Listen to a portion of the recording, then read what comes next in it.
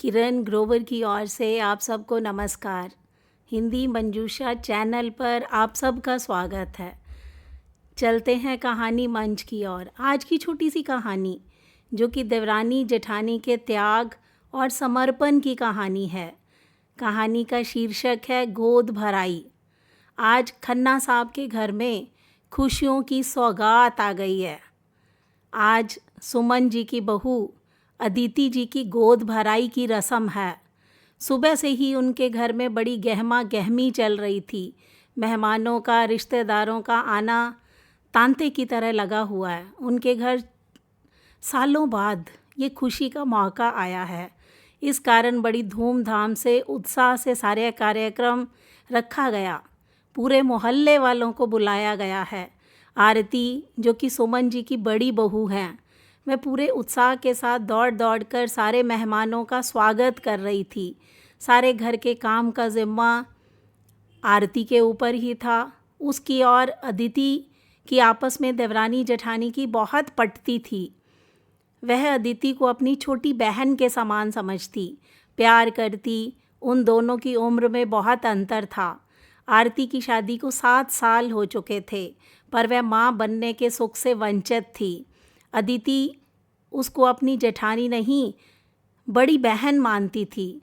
सुमन भी अदिति का ध्यान बहन की तरह ही रखती। अदिति के पति साहिल मिलिट्री में मेजर थे। उनकी पोस्टिंग दूर दूर होती रहती थी। इस कारण जब से अदिति प्रेग्नेंट हुई तो वह अपने ससुराल में दिल्ली में ही रह रही थी। सुमन ने इन दिनों अदिति को अपने हाथों हाथ रखा। वह उसका हर पल ध्यान रखती थी, उसको उदास नहीं होने देती थी। उसको किस वक्त क्या खाना है, क्या अच्छा लगता है, ये सब कुछ आरती को मालूम था।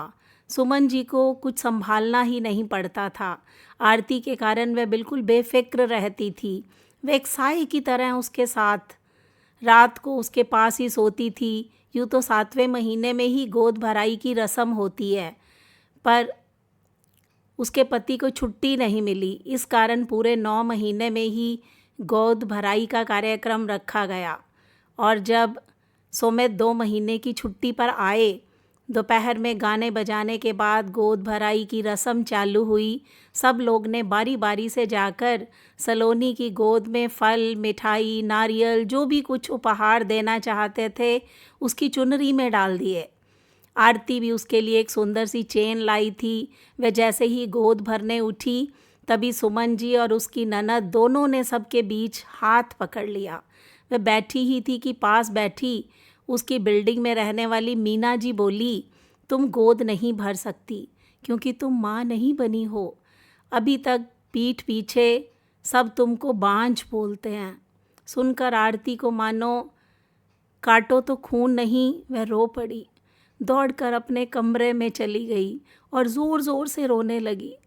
सबने गोद भराई पर जब अदिति ने चारों तरफ आरती को देखा तो उसे दिखाई नहीं दी। तो वह अपने पति से बोली, दीदी नहीं दिख रही हैं, उनको बुला लाओ। पर बीच में ही सुमन जी बोली, अरे सुमित, मैंने उसको काम से भेजा है, अभी आ जाएगी। आखिर सारी रस्म खत्म होने के बाद कमरे में आराम करने के लिए अदिति को भेज दिया गया। उधर आरती रात तक कमरे से बाहर नहीं आई। उसके पति सुमित ने जब पूछा तो वह बोली, कुछ नहीं, मेरा सिर दर्द हो रहा है। उन्होंने कहा, अच्छा मैं यहीं खाना ले आता हूँ, खाना खाकर गोली खा लो, सो जाओ। तुम वैसे भी सबका ध्यान रखती हो पर खुद का ध्यान नहीं रखती। सुबह से ही कितनी भाग दौड़ कर रही हो, थक गई होगी। आरती कुछ नहीं बोली, बस उसकी आंखें भर आई। दूसरे दिन वह उठकर नाश्ता बनाने लगी। अदिति के हर काम जैसे दूध देना, उसकी पसंद का नाश्ता देना, आज उसने सब कमली से करवाए। कमली उनके घर में काम करने वाली है, वह उसके कमरे में गई तक भी नहीं। अदिति ने 2-3 बार उनको बुलाया, पर आरती ने अपने मन को कठोर कर लिया। मन तो उसका भी बहुत दुखी था। वह बिना अदिति को देखे बेचैन हो रही थी, परंतु सबके सामने नहीं जा पा रही थी। आखिर जब दोपहर में आरती अपने कमरे में आई, सब काम से निपट कर देखा कि अदिति उसके कमरे में ही बैठी थी, रो रही थी। आरती एकदम सक पका गई, बोली, तुम यहाँ क्यों आई? अपने कमरे से क्या हुआ तुमको? तकलीफ़ तो नहीं हो रही?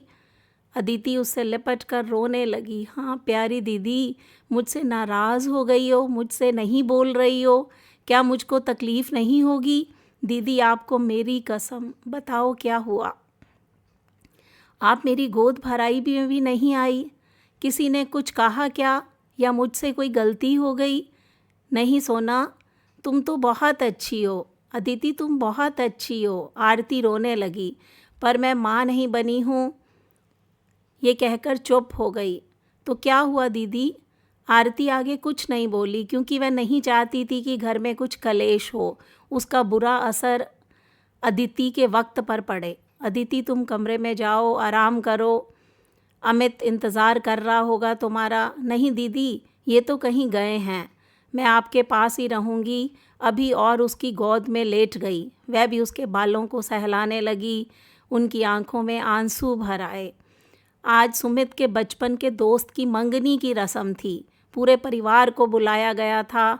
दोनों के पापा भी आपस में अच्छे दोस्त थे। दोनों एक ही विभाग में काम करते थे।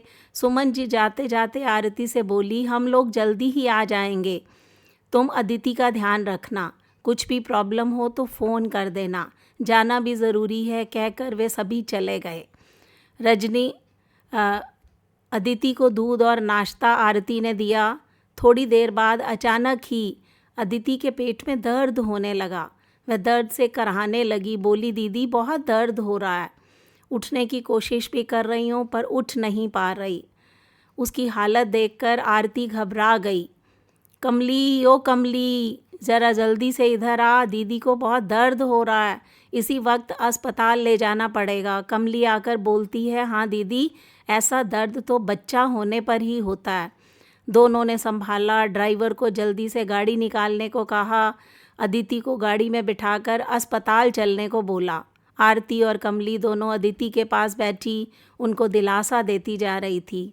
आरती ने जल्दी से सुमन जी को फ़ोन लगाया। फ़ोन नहीं लग पा रहा था। उसने एक एक करके सबको फ़ोन लगाया पर किसी ने भी फ़ोन नहीं उठाया। कमली शायद ढोल वगैरह बज रहे हैं, इस कारण किसी को फ़ोन सुनाई नहीं दे रहा।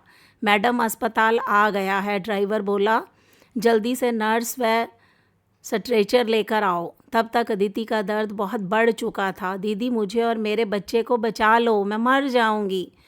सुमित को बुलवा लो, मुझको उनसे मिलना है। आरती भी रोने लगी। उसके हाथ पर फेरने लगी। मैं हूँ तुम्हारे साथ, तुमको कुछ नहीं होगा।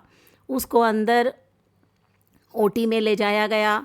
सारी चेकअप के बाद डॉक्टर बाहर आकर बोले, थोड़ी परेशानी आ रही है, इनका हीमोग्लोबिन कम है, बच्चे भी 2 हैं, हमको इनका ऑपरेशन करना पड़ेगा, शायद ब्लड की भी ज़रूरत पड़े। आपके साथ कोई और है या उनको बुलवा लीजिए, हमको जल्दी ही ऑपरेशन करना पड़ेगा। आप पेपर भी साइन कर दीजिए जब तक ऑपरेशन की तैयारी करते हैं। आरती बोलती है, डॉक्टर साहब आप मेरा ब्लड चेक कर लीजिए, बस अदिति को और उसके बच्चे को कुछ नहीं होना चाहिए। ब्लड ग्रुप मैच हो गया।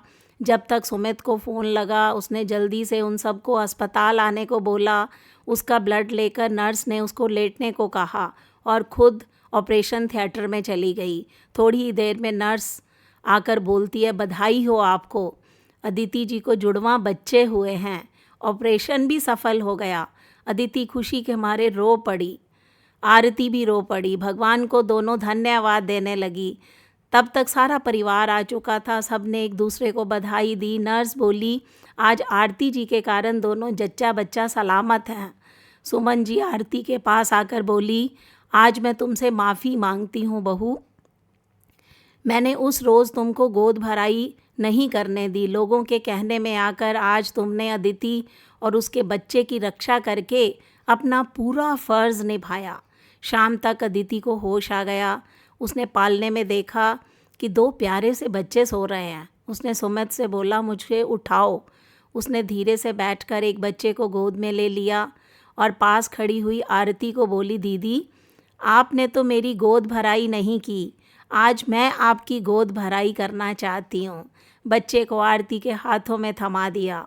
दीदी इन बच्चों पर मुझसे ज़्यादा आपका हक है। आरती और सुमित दोनों की आंखें भर आई। आरती ने बच्चे को गोद में लेकर अपने आंचल में समेट लिया और उसको प्यार करने लगी। यह देखकर पूरे परिवार की आंखें दोनों बहुओं की आपसी समझ को देखकर आंसुओं से भर गई। खुशी चारों तरफ दौड़ने लगी। आज उनके घर में, खन्ना परिवार के घर में खुशियों की सौगात आ गई। दोनों बहुओं की गोद ईश्वर ने भर दी। ये थी दोस्तों गोद भराई की रस्म, देवरानी जेठानी के त्याग और समर्पण की कहानी। आपको कैसी लगी? इस पर अपनी प्रतिक्रिया दीजिए। हिंदी मंजूषा चैनल को सब्सक्राइब कीजिए। मिलते हैं अगली वीडियो में। तब तक के लिए बाय बाय।